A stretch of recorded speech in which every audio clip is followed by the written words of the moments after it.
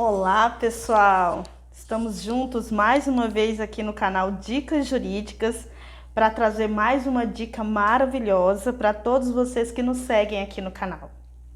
Pessoal, hoje nós vamos falar sobre dano moral e as suas vertentes na Justiça do Trabalho. Bora lá?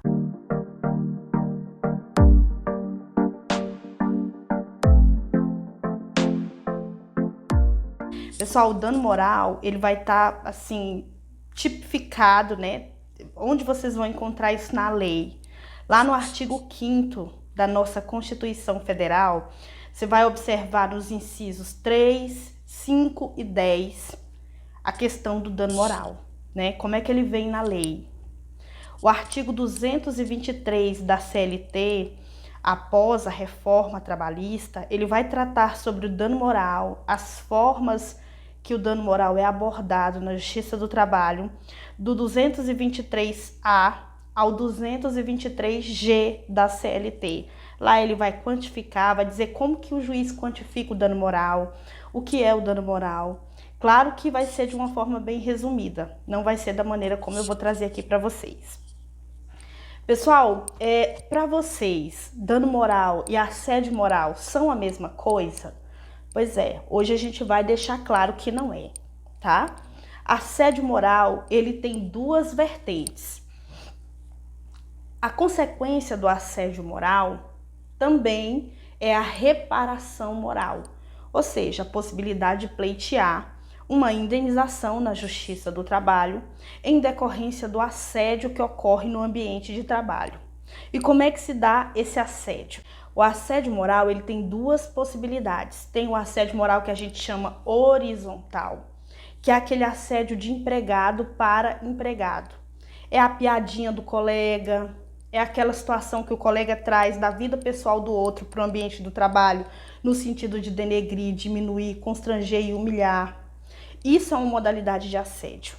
A outra é vertical, ou seja, alguém que está acima daquele empregado em um nível hierarquicamente superior, que gera para aquele empregado uma situação de assédio, constrangendo, humilhando no ambiente de trabalho.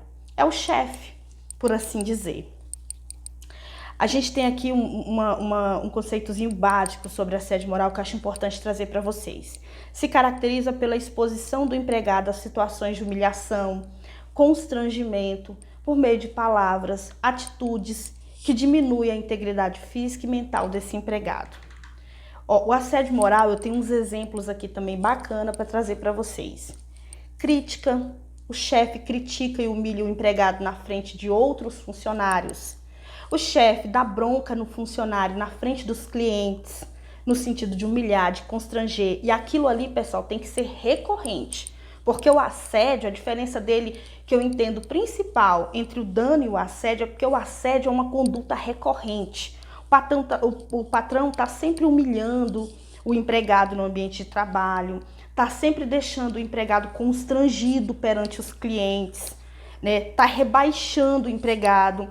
O funcionário tem qualificação técnica de contabilidade ou uma qualificação técnica superior e ele coloca para fazer serviço extremamente inferior àquela capacitação técnica do empregado, justamente porque ele está assediando, ele está forçando aquele empregado a pedir demissão, a sair da empresa. Aquilo vai adoecendo o funcionário.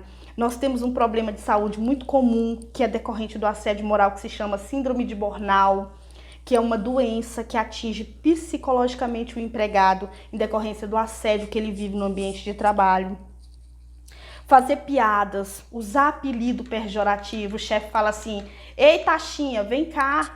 Ô, Taxinha, você esqueceu de fazer o serviço aqui. Ó, os clientes estão passando na loja e o chefe está chamando o empregado de Taxinha, né? Às vezes o empregado tem uma estatura baixa e ele fica apelidando desse termo pejorativo no ambiente de trabalho diante dos colegas e dos clientes.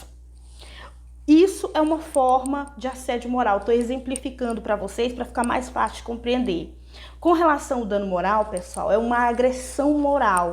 É uma coisa mais firme. Um acontecimento é suficiente para gerar o dano moral. Não precisa ter uma conduta reiterada para você ter um dano moral.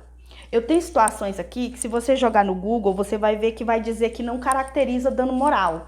Mas eu já obtive sentenças do TRT 18, que atende a região de Goiás, aonde foi determinado o pagamento de dano moral por parte da empresa por falta de anotação da CTPS. A empresa deixou o empregado à margem dos direitos trabalhistas e previdenciários por mais de 10 anos. A empresa nunca registrou aquele empregado durante todo esse período. Se o empregado adoecesse, ele não teria direito a um benefício previdenciário. Então, a depender da situação, do caso concreto, a falta de anotação na CTPS pode sim gerar o dano moral, mas isso é discutível, pessoal. Tem que ver a situação, o caso concreto, ok? Mas pode gerar. A gente tem também um conceitinho básico aqui sobre dano moral que eu acho que vale a pena trazer para vocês. Caracteriza pela agressão moral. Diferentemente do assédio, para a caracterização do dano moral, não é preciso que a conduta do causador do dano se repita. Basta comprovar a existência do dano, que eu acabei de falar para vocês do exemplo da falta de anotação da CTPS, que é discutível, mas eu já tive sentenças aqui no TRT 18, Goiás, que deferiu o dano moral por um empregador que deixou o empregado sem registro por muitos anos. Pessoal, um exemplo de reparação moral é a dispensa discriminatória. Eu tive um caso, real aqui no meu escritório, que o cliente ele tinha um problema de dependência química, E aí o empregador teve ciência dessa situação, porque os atestados médicos eram apresentados para a empresa, e essa situação se espalhou no ambiente de trabalho e o empregado passou a sofrer, quando retornava para o trabalho, passou a sofrer uma série de discriminação, e no final ele foi dispensado por conta da doença. Nós sabemos que a dependência química é uma doença que precisa de tratamento e precisa ser reconhecida pelo empregador como que é uma doença. E aquela situação não pode causar vexame, constrangimento, vergonha para o empregado no ambiente de trabalho, certo? Isso ficou comprovado e nós tivemos a sentença positiva para o dano moral e o pagamento de todos os direitos do empregado. Abuso sexual no ambiente de trabalho gera dano moral, desigualdade de tratamento, a questão da discriminação por doença, por deficiência, E a consequência, pessoal, do dano moral vai ser a rescisão indireta do contrato de trabalho e ações judiciais que vão exigir a reparação moral para esse empregado, Importante a gente trazer aqui a questão da responsabilidade da empresa. Não apenas na CLT, mas lá no artigo 933 do Código Civil, vai dizer que as pessoas indicadas nos incisos desse artigo, ainda que não haja culpa de sua parte, responderão pelos atos praticados por terceiros ali a elas submetidos. Ou seja, se a empresa tem um gerente que abusa sexualmente de uma empregada, que comete esses atos de abuso, que assedia, aqueles empregados, que gera a situação do dano, não importa se quem praticou aquela conduta foi o gerente, a empresa responde. E aí, independentemente de culpa, a depender do caso concreto, obviamente, ser analisado pelo juiz, tá? Pessoal, uma curiosidade, a pessoa jurídica também pode sofrer dano moral, sabia? Quando o funcionário ele age de modo a prejudicar a marca, o nome daquela empresa, ele também pode ser responsabilizado a reparar moralmente os prejuízos sofridos pela pessoa jurídica, no caso a empresa. Essa é uma situação que a gente tem lá no artigo 223D da CLT e tem súmula também, viu, pessoal? Então a indenização ela é atribuída pelo juiz e vai depender da forma como esse dano ocorreu, da intensidade do dano. Tudo isso vai ser sopesado pelo juiz para fins de pagamento dessa indenização. Pessoal, eu espero ter ajudado, trazendo mais essa dica bacana aqui para vocês. Dúvidas? Deixa aqui seu comentário, deixa sua pergunta, eu vou ter prazer em responder. Se você gostou, dá o seu like. E se você gostou muito e acha que alguém precisa dessa informação, compartilha, tá bom? Muito obrigada por nos seguir aqui no canal.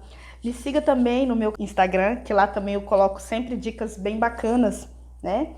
E é isso. Até a próxima dica, tá bom? Muito obrigada!